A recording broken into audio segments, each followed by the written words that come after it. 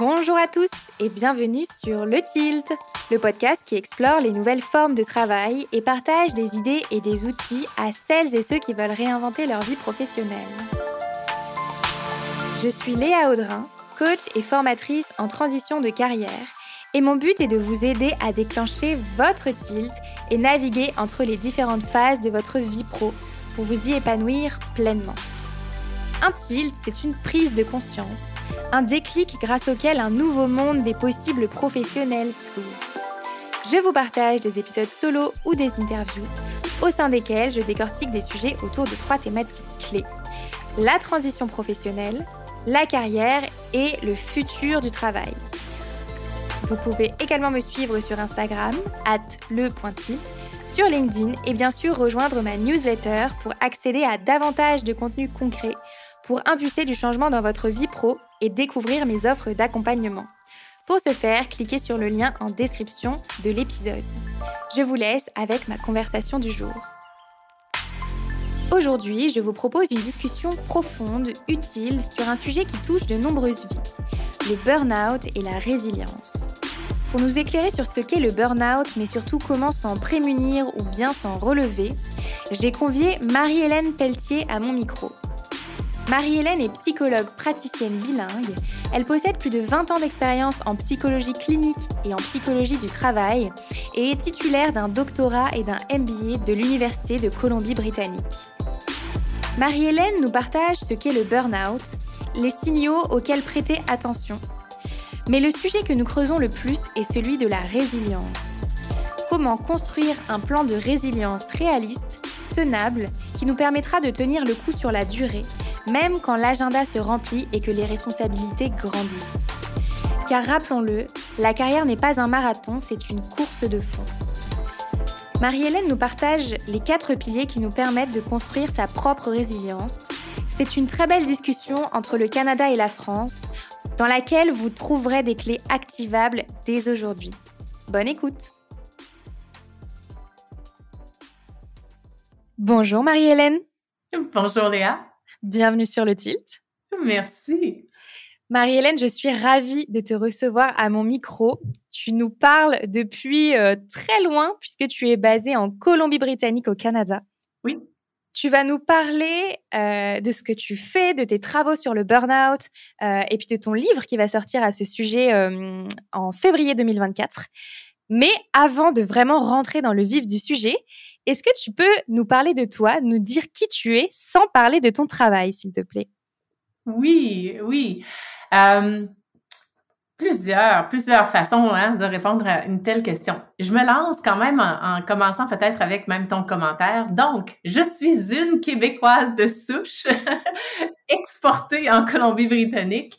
Mais oui, donc du Québec, née au Québec, je suis donc une fille, je suis une sœur, je suis une femme, une exploratrice aussi. J'aime beaucoup découvrir toutes sortes de choses, tant dans ma vie personnelle que professionnelle. L'une des choses que j'aime particulièrement, c'est les montagnes. Donc, la randonnée en montagne, les multiples jours en montagne, dans n'importe quelle condition. Je trouve toutes sortes de choses très belles, fabuleuses, même lorsqu'elles ne sont pas particulièrement exceptionnelles. Et pour moi, c'est quand même des découvertes et j'adore. Alors voilà. Génial. Et alors, est-ce que tu peux nous en dire plus peut-être sur ton parcours et puis tes activités professionnelles aujourd'hui? Oui, parcours qui a commencé en psychologie.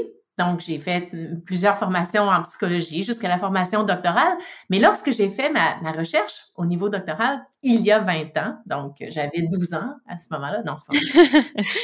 Oui, à ce moment-là, j'ai fait de la recherche en télésanté. Et à ce moment-là, l'Internet, bon, il n'y avait pas FaceTime, l'Internet n'était pas assez rapide pour transmettre les données audio et vidéo. Donc, il fallait que j'utilise d'autres technologies pour tester l'efficacité de la psychothérapie faite par vidéoconférence, chose qui maintenant, évidemment, est très, c'est très établi. Mais dans ce temps-là, donc, ça a demandé que j'ai beaucoup d'argent pour pouvoir faire cette recherche-là, pour avoir la technologie. Ça a demandé aussi que je travaille avec beaucoup de gens, que je gère beaucoup de gens.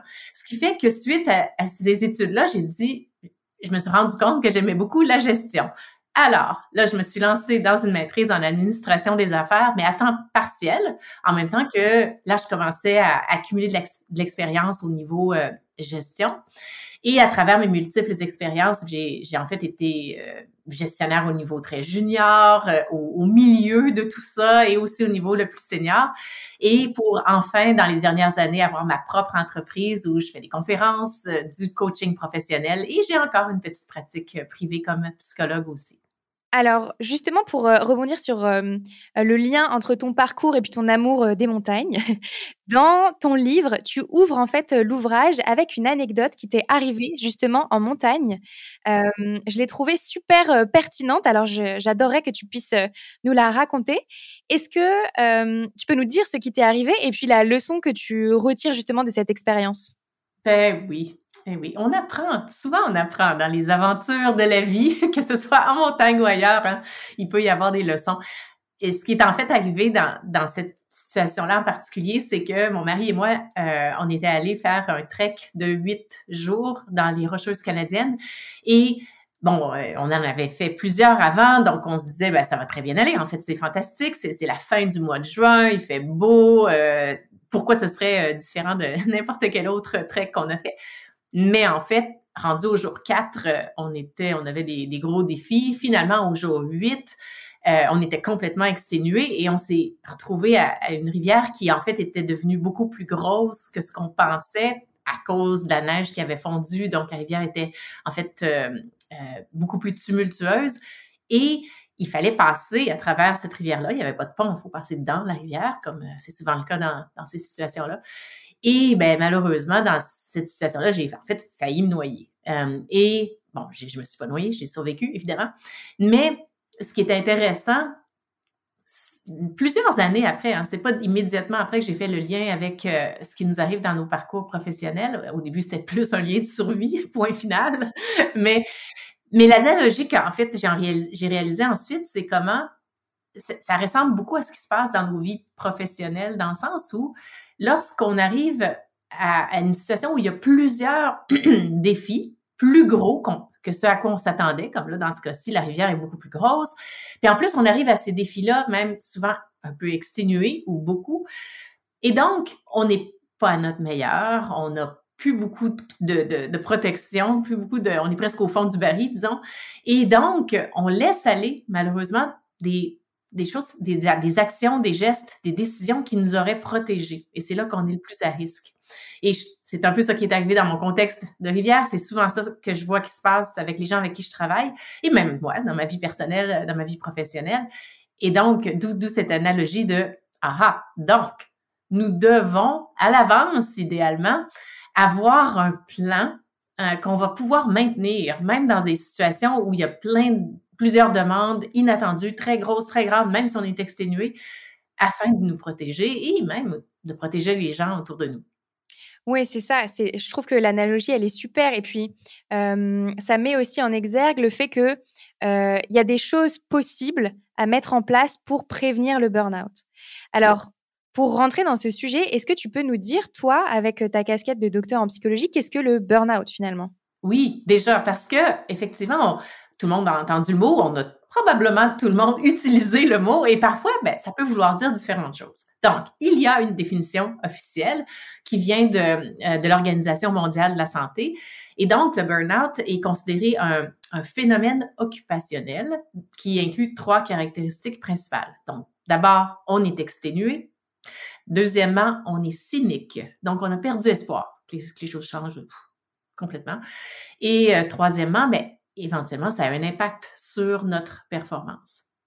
Et donc, ce qui est important, bon, donc pour officiellement dire burn-out, il faudrait avoir ces 3 trucs-là. Mais en même temps, d'un côté, c'est utile, oui. De l'autre côté, il faut quand même porter attention, même si on est seulement exténué, et même idéalement porter attention en amont, encore une fois, lorsqu'on devient beaucoup plus fatigué, lorsqu'on devient moins engagé ou lorsqu'il y a plus de choses qu'on oublie. Pas les petites choses, tout le monde on oublie des choses évidemment et ça vient avec l'ensemble des demandes, mais éventuellement on va voir qu'il y a des choses qu'on fait qu'on dit « Mon Dieu, habituellement je ferais jamais de trucs comme ça. J'ai envoyé le mauvais document à un client. » Des choses que, c'est plus dans les petits oublis, c'est dans les erreurs plus importantes. et donc on doit porter attention. Ça, c'est, je trouve que la question des signaux pré-burnout ou burnout, elle est cruciale. Donc, il y a ces premières briques peut-être d'inattention, cette grande fatigue qu'on peut rencontrer. Est-ce qu'il y a d'autres signaux qui sont assez fréquents dans une situation de burnout? Ben oui, et je te dirais, Léa, c'est que donc le burn-out n'est pas un diagnostic comme tel. Hein? Donc, on a dit phénomène occupationnel. Mais souvent, lorsqu'on a ces 3 caractéristiques-là, ça mène à des diagnostics. Par exemple, du côté santé mentale, souvent, ça va être une combinaison d'impacts sur notre humeur et notre anxiété. Donc, des signes de type dépressif et des signes de type anxieux.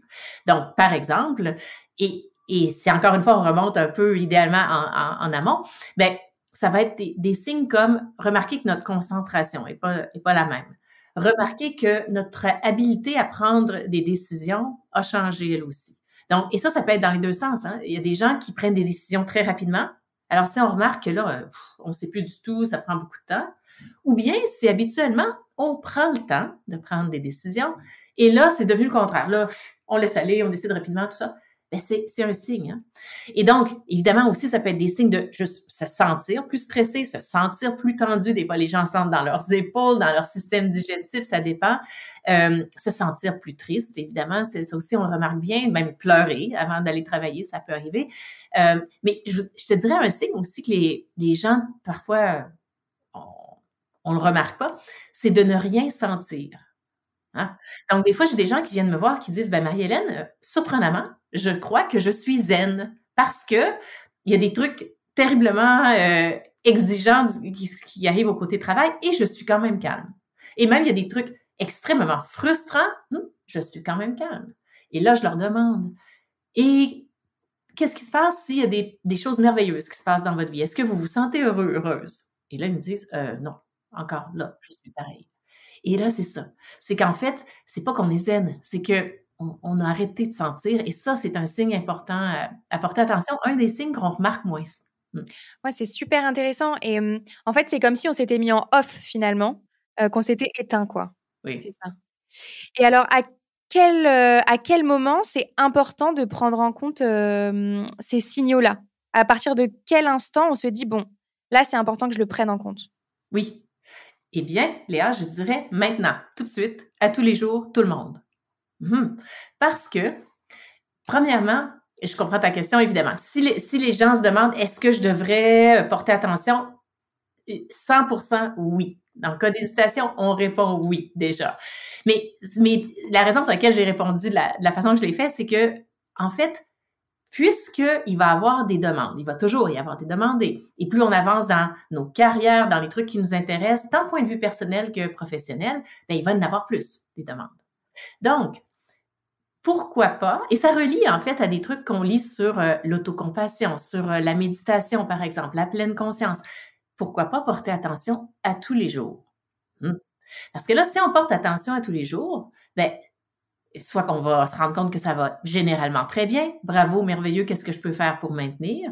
Ou bien, je vais me rendre compte que ça va un peu moins bien qu'hier, mais là, ça va être 2 sur 10, on ne serait pas à 9 sur 10 d'intensité, ça va être un tout petit peu puisque j'ai aussi vérifié hier. Alors, là, je suis rendue à 2 sur 10, ce qui me permet de l'identifier plus tôt, de faire des ajustements plus tôt, bien avant d'être rendue dans le fond du baril ici, à un niveau de difficulté beaucoup plus grand. Donc, oui, tous les jours, maintenant, oui.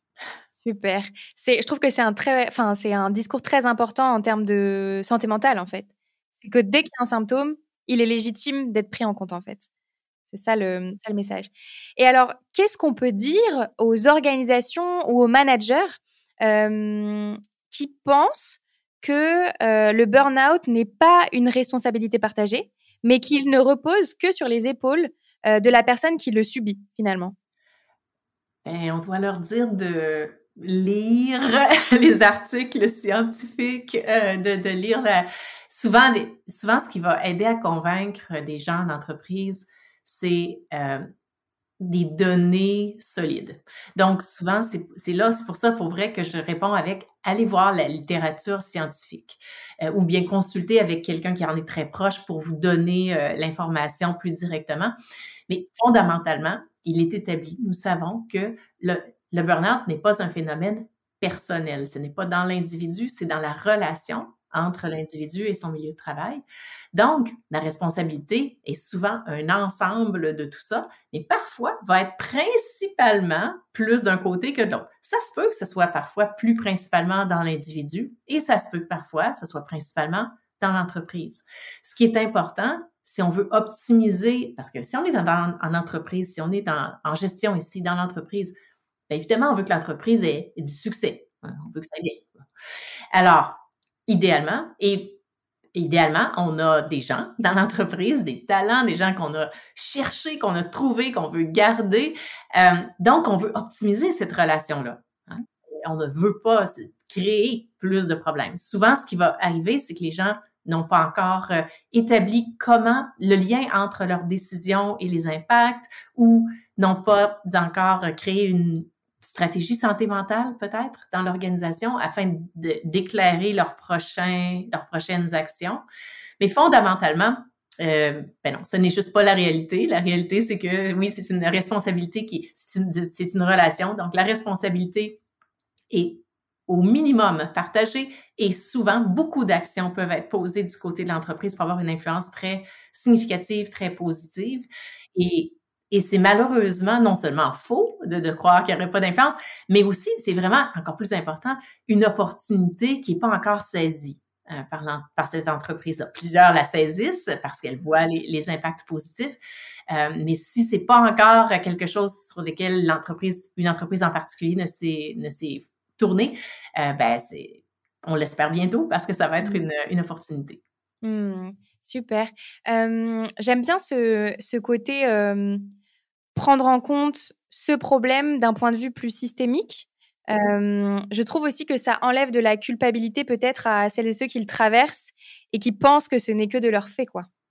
Oui, et on comprend quand même pourquoi c'est comme ça. Il y a eu plusieurs années où c'était en fait la croyance populaire. Il y a aussi plusieurs années où en fait on n'en parlait pas du tout déjà. Bon, ensuite on en a parlé, mais c'était entièrement sur l'individu.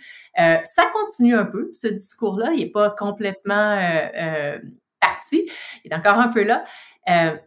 Mais c'est quelque chose plus on en discute, plus on apporte la connaissance scientifique pour que tout le monde l'ait, tant les individus que les entreprises, tant les managers, les cadres, pour qu'on puisse supporter nous-mêmes, mais aussi nos équipes, ça va changer. Ça va changer la perspective et comment on peut être proactif idéalement, mais aussi réactif lorsque besoin est.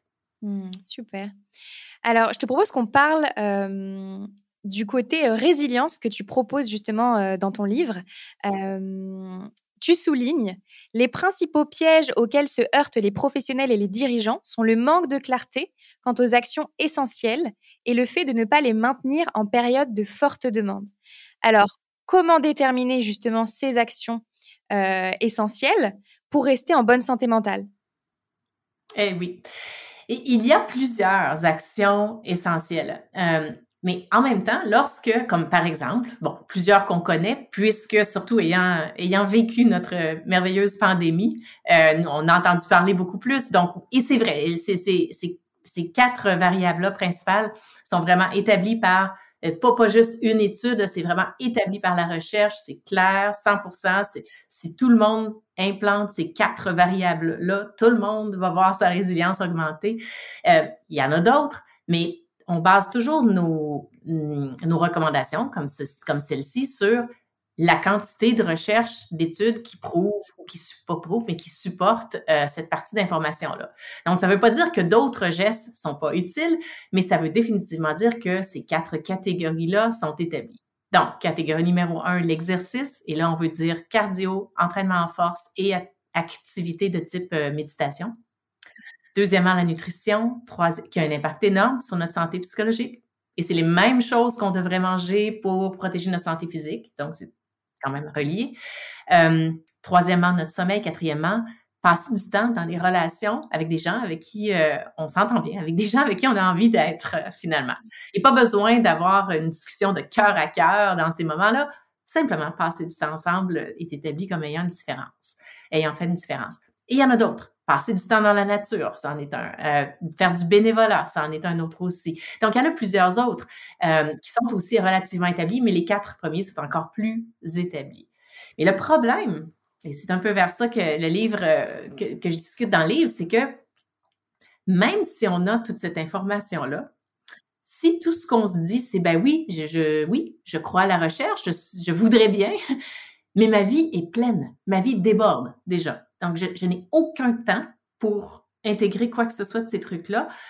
Donc, je le fais pas. Et donc, non seulement je le fais pas, mais en plus, là, je me sens coupable de pas le faire. Donc, j'essaie de pas y penser, finalement, parce que sinon, c'est pire. Et ce que je fais dans le livre, c'est que j'apporte donc toutes ces connaissances-là du côté psychologie, mais je les combine avec des connaissances du point de vue des affaires, particulièrement la stratégie qu'on utilise dans le domaine des affaires, pour créer un plan stratégique pour nous-mêmes ici. Donc, qui tient en ligne de compte notre contexte. Et c'est là que les choses changent. OK. Alors, est-ce que justement, tu peux nous en dire plus sur les fondations de ce plan-là qui fait qu'on va pouvoir maintenir cette résilience et rester en bonne santé mentale et performant dans l'entreprise? Oui, et être plus heureux dans nos vies, sérieusement. Bien sûr. Ben, il y a plusieurs façons de se rendre là, mais ce que je voulais vraiment faire dans le livre, c'était d'aider mon lecteur, ma lectrice, qui est donc très occupée et tout ça, et qui a beaucoup de demandes, aider à faire un focus efficace sur les choses, potentiellement les plus efficaces, oui, les plus importantes pour se rendre à créer un plan qui va être personnel. Donc, le focus que je suggère, c'est de prendre un moment de réflexion sur nos valeurs. Donc, qu'est-ce qui est plus important pour moi dans la vie, personnelle et professionnelle? On écrit. Prendre le temps d'explorer quelles demandes, à quelles demandes je fais face et quelles sont mes sources d'énergie. Et là, élément très important dans les demandes, on veut demandes personnelles et professionnelles, les deux, et on veut les demandes négatives, chose que souvent les gens vont aller chercher, mais aussi les demandes positives. Dans le sens où, si quelqu'un, par exemple, vient d'avoir une promotion, c'est très positif, la personne voulait la promotion, très contente, très contente. La réalité, c'est que cette promotion-là veut aussi dire changement, adaptation, besoin de plus d'énergie. Donc, c'est une demande. Hein? Donc, clarté sur nos demandes et nos sources d'énergie. Ensuite, clarté sur la réalité, vraiment. Pas le souhait, pas de minimiser quoi que ce soit, la réalité de notre contexte. Et donc, qu'est-ce qui est un peu comme on ferait dans le domaine des affaires avec une analyse des opportunités, des menaces, et donc tout ça, ici, dans notre contexte personnel. Je trouve que c'est dur d'avoir une objectivité sur cet aspect-là. Oui. Parce qu'il y a toujours plein de biais qui viennent finalement teinter un peu notre expérience, en fait, de la réalité. C'est très vrai et c'est souvent un biais qui minimise les difficultés, un biais optimiste. Et en fait, ce biais, tu as tout à fait raison, parce qu'en fait, bon, si c'était facile, on le ferait tous et toutes déjà et ce serait établi, merci, tout serait parfait. Mais non, on le fait pas, un peu en partie à cause de ce biais optimiste-là, qui a beaucoup d'avantages, c'est ce qui nous donne l'envie de foncer, même quand il y a beaucoup de défis, c'est très positif. En même temps, il y a des moments où avoir une perspective réaliste va nous permettre d'identifier avec plus de justesse quels sont les gestes que je peux poser et qui vont en fait être vraiment faisables, qui vont être réalistes. Hein? Mais oui, effectivement, c'est pour ça que c'est un peu en partie pour ça en fait qu'on fait ces exercices-là pour nous assurer d'aller voir l'angle mort, d'aller visiter la partie de la situation qu'on ignore, de laquelle on se retourne. Non, on veut voir vraiment l'ensemble de la situation. Et c'est ayant cette information-là que là, on peut créer un plan qui va être vraiment personnalisé, réel pour moi maintenant, que je vais pouvoir probablement devoir modifier, évoluer à travers le temps. C'est parfait, c'est pareil comme un plan d'affaires, mais qui présentement va être quelque chose que je peux faire. Et là, vu que c'est quelque chose que je peux faire, je le fais. Vu que je le fais, j'augmente. C'est satisfaisant déjà, là. Parce que là, j'ai plus l'objectif d'aller au gym 5 fois une demi-heure. Non. J'ai l'objectif d'aller marcher 5 minutes. Alarme sur mon téléphone, 2 minutes et demie, je reviens. J'ai l'objectif de, lorsque un membre de ma famille entre dans mon bureau, moi qui valorise famille, ben ma nouvelle action, c'est peut-être en fait de me lever tout de suite de mon bureau, laisser ce que je faisais pour être en relation avec la personne et qui compte beaucoup pour moi ici. Fait que le plan va être personnel, dépendre, toi Léa, moi, ça dépend, mais ça va être faisable. J'aime beaucoup, cet exemple de la famille. Moi, à côté du podcast, j'accompagne des gens justement à changer de vie professionnelle et on travaille sur, les valeurs justement et souvent, il y a cette idée que les valeurs, directrices ne sont pas compatibles avec le pro. Par exemple, la famille. Bon, comment est-ce que, cette valeur peut aussi nourrir, mes ambitions professionnelles, de prime abord, j'ai plus l'impression que ça va venir les freiner. Et ce que je trouve intéressant dans ta vision des choses, c'est qu'en fait, heu, tu le vois comme une priorité de nourrir celle-ci pour que derrière, les objectifs professionnels puissent être, mieux, enfin réalisés avec plus d'énergie, plus alignés finalement.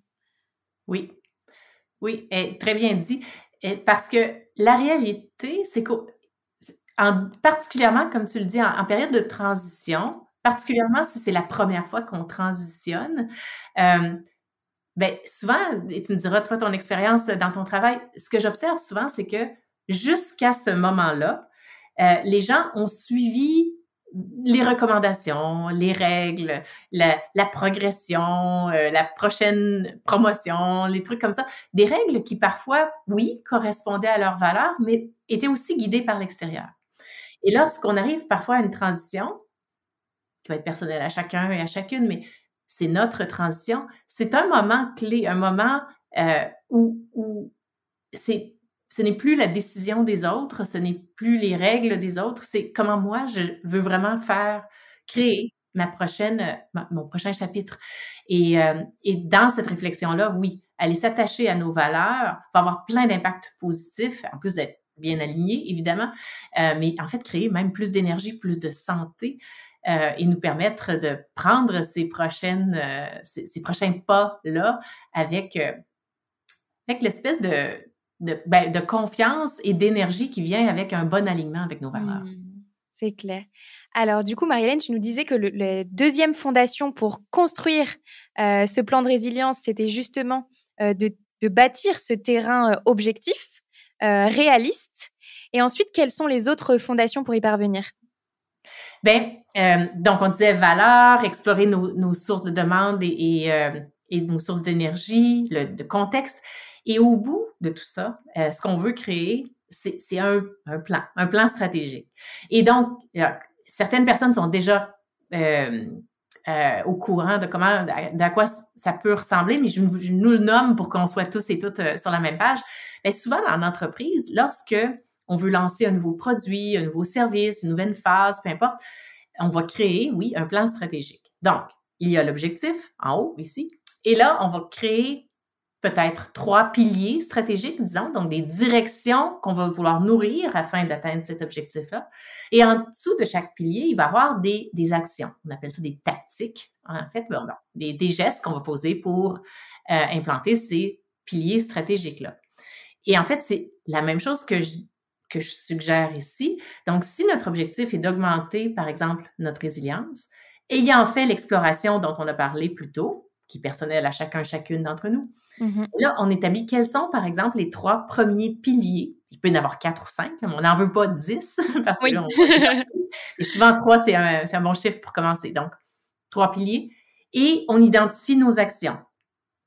Très réalistes, très faisables. Si on n'est pas certaine de pouvoir le faire, on les rend plus petites, aussi important que ça, parce que vraiment, on aime mieux une action très petite qu'on implante que 25 actions trop grosses qu'on n'implante pas, évidemment.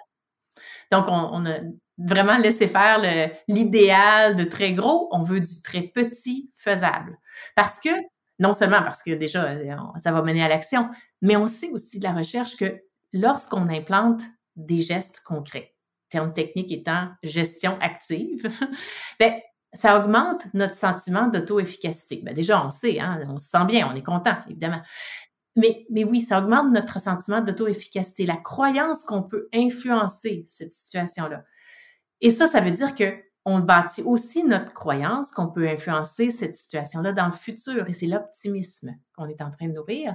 Et ensuite, l'influence qu'on peut avoir sur d'autres choses. Donc, c'est une influence qui grandit, qui nourrit l'énergie maintenant et qui nous aide à continuer avec ces gestes-là. J'aimerais t'interroger sur parfois une image qu'on a de la résilience comme étant quelque chose qui se construit en tenant bon, en étant optimiste coûte que coûte. C'est quoi ton point de vue là-dessus? Est-ce que tu penses que ça, c'est la résilience finalement? Ben, ça peut faire partie parce que dans notre habileté à passer à travers des événements difficiles et à en grandir, en sortir plus fort et plus forte, ben oui, il y a un élément de s'assurer qu'on voit les aspects difficiles de la situation, mais aussi les aspects positifs. Donc, il y a un aspect d'optimisme là-dedans. Il y a un aspect de persistance, parce qu'on n'abandonne pas, on continue. Mais c'est pas tout. Et on doit définitivement, et c'est pour ça qu'il y a tous ces autres éléments de réflexion-là que je suggère, que on veut avoir une perspective réaliste. Parce que cette perspective réaliste-là, par exemple, dans un contexte de travail, disons, OK, les choses sont difficiles, qu'est-ce que je fais? Est-ce que je fais simplement rester positive et persister? On veut un élément de ça, mais on veut avoir fait une réflexion de un instant. Quel est l'ensemble des demandes auxquelles je fais face ici? Et est-ce que peut-être les demandes sont en fait devenues complètement hors normes, complètement non réalistes ici?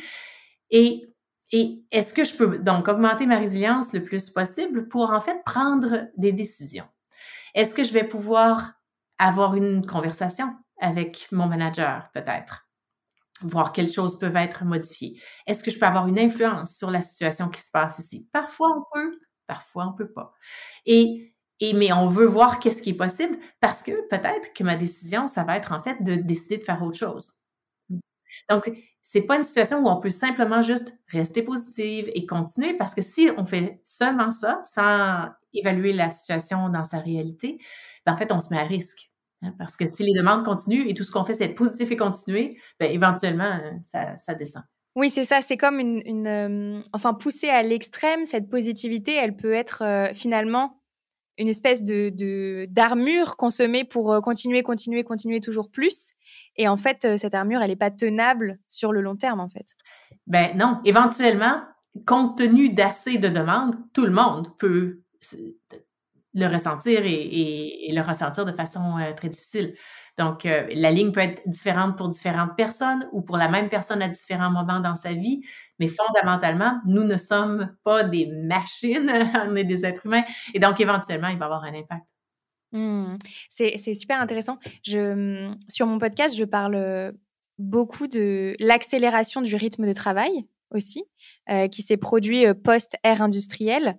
Et je ne sais pas ce que tu en penses, mais j'ai l'impression qu'on arrive à un point, là aujourd'hui, en tout cas en France, je ne sais pas comment c'est au Canada, où on se rend compte qu'en fait, on ne peut pas aller plus loin en termes de charge mentale, de demande pour les travailleurs, parce qu'en fait, nous ne sommes que des humains et on a un temps, une énergie, une capacité avec notre cerveau limitée, quoi. Et je trouve que ce qu'on vit actuellement en termes de transition du monde du travail est à la fois effrayant et en même temps passionnant parce qu'on arrive au bout d'un modèle, en fait, j'ai l'impression.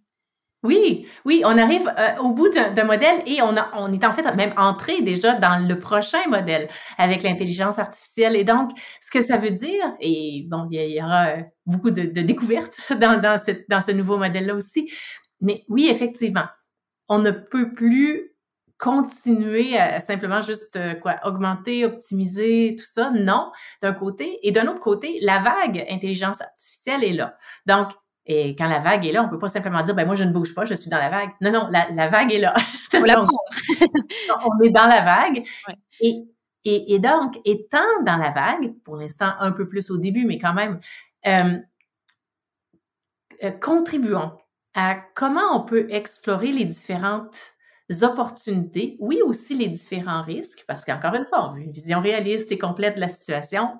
Donc, les aspects éthiques, les aspects humains, les aspects machines, les aspects collaboration humain-machine. que c'est plus machine, quand est-ce que c'est plus humain, comment on va arrimer, comment on va optimiser, comment on peut comprendre les impacts sur les humains et donc optimiser cette situation-là. Donc oui, effectivement, nouvelle ère partout dans le monde, à différents niveaux probablement, mais quand même pour nous tous et nous toutes. Et une opportunité de s'engager dans cette conversation-là. Et ceci étant dit, encore une fois, conversation qui demande quand même. Hein? Donc oui, potentiellement excitant, positif, oui aussi, qui peut générer des inquiétudes, donc demandant par définition. Donc encore une fois, l'une où on a avantage à grandir notre résilience le plus possible. Est-ce que tu peux nous dire, Marie-Hélène, s'il y a un auditeur là qui nous écoute, une auditrice qui nous écoute et qui se dit ouais, d'accord, résilience, intéressant, mais je me pencherai sur le sujet plus tard. Pourquoi maintenant? Peu importe où, à quel moment l'auditeur, l'auditrice se situe présentement, potentiellement, si la personne se pose cette question-là, ils sont pas présentement proches d'un burn-out ou dans un burn-out, parce que s'ils l'étaient, ils verraient pourquoi. Alors, un peu plus tôt, disons, dans la ligne, c'est que si la personne se pose la question maintenant, potentiellement, c'est parce que la personne ne voit pas nécessairement l'utilité, le besoin, elle n'a pas ressenti l'impact encore. Donc, la perspective, ce serait, au moins, d'aller chercher un peu plus d'informations pour que, aussitôt que le besoin, en fait, apparaît, cette personne-là va pouvoir l'attraper. Parce que si on l'attrape plus tôt, ça fait mal moins longtemps, ça fait moins mal aussi. Et c'est plus facile de revenir dans cet état actuel où la personne ne ressent même pas le besoin d'investir tellement que ça va bien. Donc déjà, je dirais, pour cette raison-là, pour prévenir, en fait. Oui. C'est vraiment prévision versus guérison, en fait. C'est ça le... Oui, et même, je dirais, si la personne ne le fait pas pour elle-même, pour lui-même ou pour elle-même, ça peut être aussi pour les gens autour de vous. Hein? Que ce soit même au point de vue personnel, des enfants autour de vous, des amis, la famille, peu importe, ou bien au travail, votre équipe, des collègues. Si présentement les choses vont très bien, c'est merveilleux. Il y a plusieurs personnes pour qui ça va pas très bien.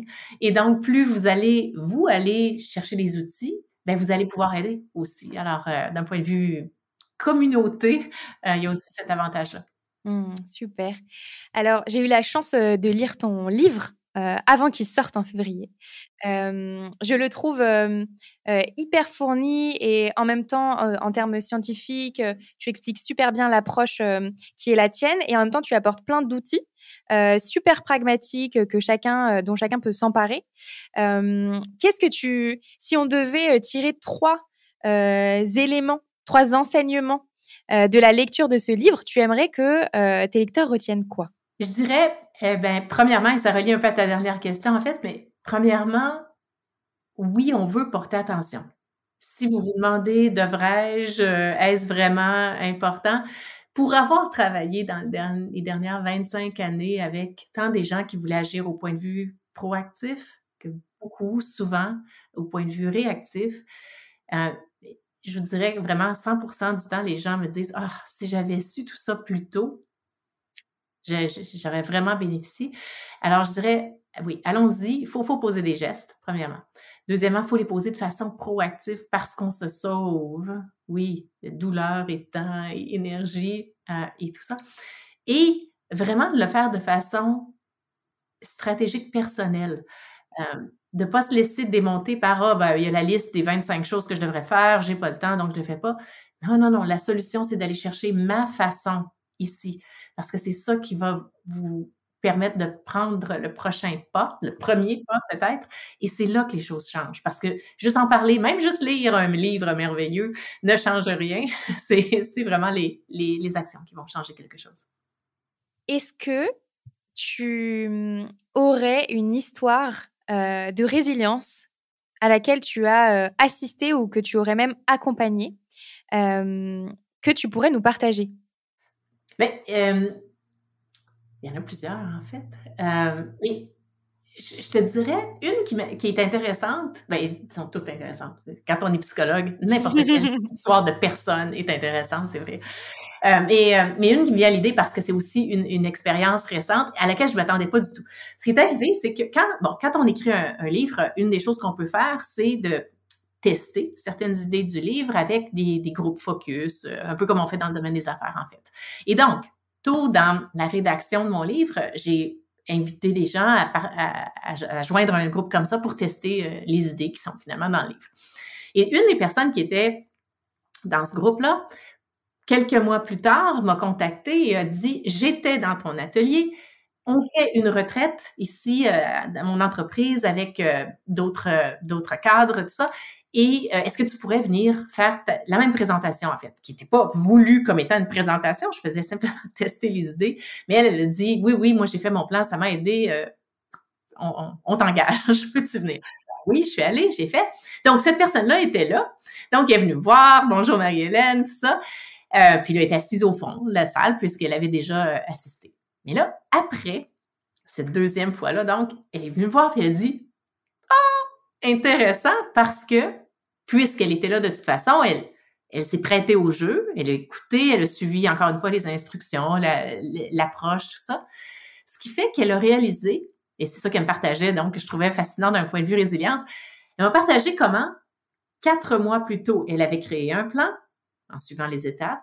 Elle avait implanté son plan parce qu'il était tellement réaliste et faisable.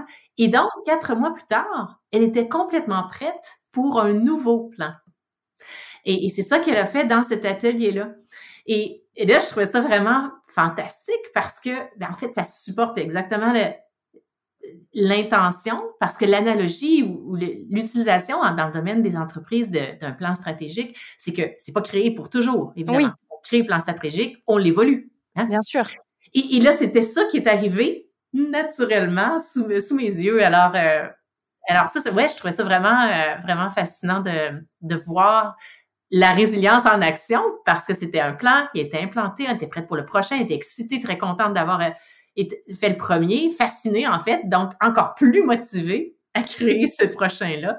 Alors voilà, ce serait une histoire que j'ai trouvée vraiment inspirante. Et puis je trouve que les environnements de travail, c'est des environnements qui changent très vite et d'avoir un outil qui permet aussi de se recalibrer quand la situation, quand l'environnement a évolué. Je trouve que c'est très puissant d'avoir ça dans sa besace à outils. J'ai une dernière question pour toi, Marie-Hélène, qui est ma question signature que je pose à tous mes invités. C'est si tu pouvais constituer ton board de rêve dans lequel tu convierais 3 personnes, personnalités, entrepreneurs, qui seraient à tes côtés pour te conseiller tout au long de ta carrière. Qui est-ce que tu mettrais dedans? Oui, j'adore. Question très amusante, exploratrice en même temps et inspirante, vraiment. OK.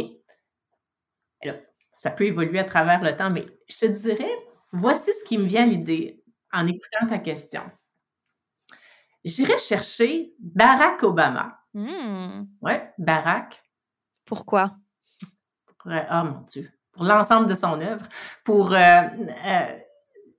son habileté à penser à toutes sortes d'angles, de différentes façons, sa finesse, son habileté à gérer des situations plus faciles, plus complexes, sa perspective au niveau mondial, ses différentes perspectives. Ouais, donc Barack. Barack, vois-tu comment... Ben oui, finalement. Oui. Bon, alors, Barack Obama. Deuxièmement, et là, tu vas peut-être sourire encore une fois, Céline Dion. Ah, oui, j'amène Céline. Pour certaines raisons semblables, perspective mondiale, mais Céline, c'est bien certain, son audacité quand même. Alors. Et sa résilience. Définitivement, résilience, d'autant plus maintenant, mais à travers tellement d'événements, tout ça, mais beaucoup, oui, pour l'aspect audacité dont elle a fait preuve tout le long de sa carrière, qu'elle continue à faire preuve. Et oui, donc j'amènerais Céline. Et quand même, j'apporterais Robert Cialdini. Donc, Dr. Robert Cialdini, qui est professeur de psychologie sociale en Arizona, auteur New York Times bestseller, Wall Street Journal bestseller. Son livre principal, c'est Influence en anglais, mais en français, c'est Influence. Ah oui, Traduit dans tu en 28 parles langues. dans ton livre. Je l'ai noté dans ma liste à lire. Ah ben oui. Donc, Robert Cialdini, évidemment, pour toute son expertise, mais lui aussi très entrepreneur dans son approche, il apporte beaucoup la psychologie et le domaine des affaires ensemble dans plusieurs de ses perspectives, toujours pragmatiques. Et je pense que Robert s'entendrait très bien avec Céline et Barack. Merveilleux. Alors, oui, ils penseraient tous les trois de façon très différente, évidemment. Mais souvent, c'est comme ça qu'on arrive à des idées créatives, à de l'innovation. Et pour cette raison-là, j'irai avec ces trois-là. Ah, c'est génial. Bon, Marie-Hélène, si un jour tu te retrouves autour de la table avec Barack, Céline et Robert, envoie-moi une photo. C'est pour ça que je vais t'inviter, Léa. Ah, ben j'apprécierais, vraiment. Je ferai de la cohérence cardiaque avant de venir. Mais avec joie. Marie-Hélène, quand est-ce que sort ton livre? Le 6 février 2024. Il est en précommande maintenant, mais oui, 6 février. Super, je partagerai ça sur mes réseaux sur le Tilt. Un grand, grand merci pour tous tes partages. Et vraiment, j'encourage toutes celles et ceux qui ont envie de bâtir un plan de résilience à lire ton livre parce que c'est vraiment un bel ouvrage. Merci Léa, c'était un plaisir. Merci Marie-Hélène. Merci beaucoup d'avoir écouté cet épisode du Tilt avec Marie-Hélène Pelletier. J'espère qu'il vous aura permis de mieux comprendre ce qu'est le burn-out et surtout d'avoir les bases pour créer votre propre plan de résilience. Et comme vous êtes encore là, à m'écouter, c'est certainement que cet épisode vous a plu. Si c'est le cas, vous pouvez noter l'épisode et le podcast sur Apple Podcasts et Spotify. Mettre 5 étoiles et un commentaire, c'est réellement le meilleur moyen de m'aider à faire rayonner le Tilt. Merci beaucoup et à bientôt!